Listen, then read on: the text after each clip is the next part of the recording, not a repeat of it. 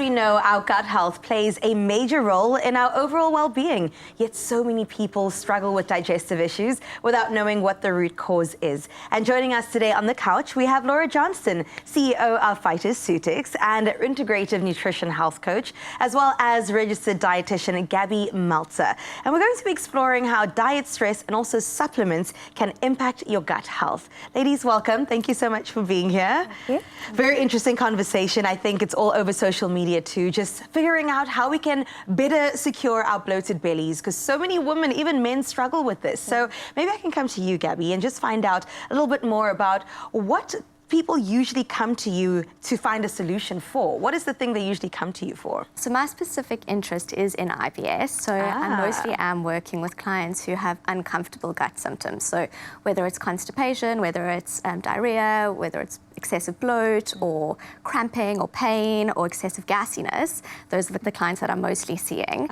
And generally, I find that there's quite a big association between a very busy person, so someone who doesn't prioritize themselves, or someone who's maybe had a lot of dieting kind of cycles. So maybe they've either had too much restriction from trying something to try and improve their symptoms, or maybe from like over restriction for weight loss reasons.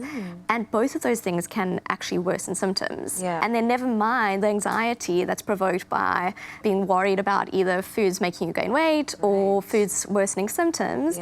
And that affects this gut-brain axis. Well, let's get into this gut-brain connection, because Laura, I've heard that they've said the gut is like the second brain. So what's your perspective on that? Yeah, so things like disordered eating and stress really can affect this gut-brain axis.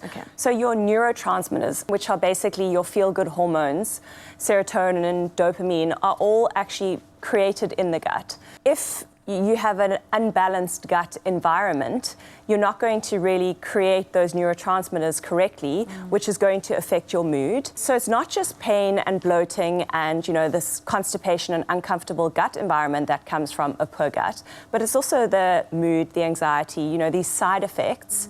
And this gut-brain axis has become so important. And there are probiotics out there that actually have been clinically proven to work on this gut-brain axis. So things like Ceregut, which is a probiotic, can really help with that. And I love that you also mentioned that it's not just the food we eat that trigger the hormones, but also the environment that we find ourselves in, the extra stress, the busy lifestyles that contribute towards this as well. But when we're talking about tools to address the gut issues, please tell me that there are some. For sure. Good. I think people are often starting with all the things that they shouldn't be doing and looking for all the eliminations that they should make. But it's not really the place to start. So we begin with more eating habits and patterns. So I often find that people go very long hours without eating, especially very busy people, or if they're trying to fast because they're dieting or whatever it is. So with that can come very ravenous appetite and then overeating by the time they do eat. So for a sensitive tummy, not the best. Sometimes I also find that people are not getting into like a rest and digest state before they eat. So especially these busy people, they are eating as quickly as possible, shoveling in whatever they can when they can. And then there's also the relationship with food. So how they eat, if they're already so worried about what they're putting in their mouths with how that's going to affect them or their symptoms, then already you're not creating a very rest and digest kind of state. Oh my goodness, can I tell you, I'm so guilty of standing and eating and also watching a bunch of things while eating, trying to get work done in between. And you're recommending rather just have that as a moment of maybe even being grounded and being concentrated on your food. Totally. So those are the first things that we address before we even look at what they're eating. And then in the what, most people don't meet their fiber requirements. So we always will look at additions before we're looking at eliminations. And then besides for that, we will look at other things in the lifestyle. So relaxation, the amount of stress, the amount of sleep that they're getting, any movement if they're not doing much at all and just sitting at a laptop or a computer the whole day. So we'll always look at those things first before looking at any sort of elimination. Laura, what other sort of tools could we have when looking at even things like IBS and inflammation in our bodies? Yeah, so I'm obviously coming from a supplement perspective, and we do a lot of research on clinically based, researched ingredients that can help with certain health conditions. And I 100% agree with Gabby. It's very important to get the basics right in terms of nutrition, timing, stress, etc.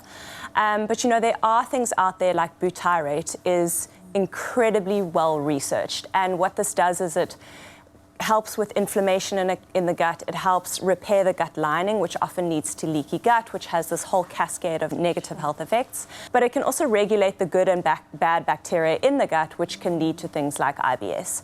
So butyrate is in a product of ours called Better Gut. Great name. Great name. And it really has shown massive benefit for people with gut issues like Gabby's been mentioning.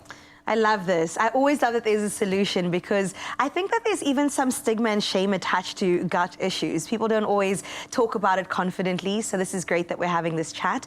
Maybe just ending off with some health habits or tips that somebody can focus on today to make a difference in their lives. I think always focusing on what you can add in. So what is a positive change that you can make? Yeah. And starting slow. I think often the kind of clients that I see that seek help are maybe more perfectionists, and it's interesting, it's quite normal to want to do everything perfectly, but that often ends in a failure. So I would say build on small steps, start with one thing that you think could be helpful to change, whether it's when you eat, how much, what you could add in, eating more mindfully, whatever it is, or something to do with your lifestyle. And then also, I think it's important considering doing something for your health rather than focusing on doing something for just weight loss. It's quite different. And also the amount of noise that we're maybe exposed to now with social media and the internet, it's endless. So I think it can be quite overwhelming and quite tricky. So just starting somewhere, thinking about what are the positive things that I can do, rather than what are all the things that I shouldn't do. I love that. I love imperfect progress, because it's still progress at the end of the day. You don't have to be perfect the first time. I'm telling myself that as well.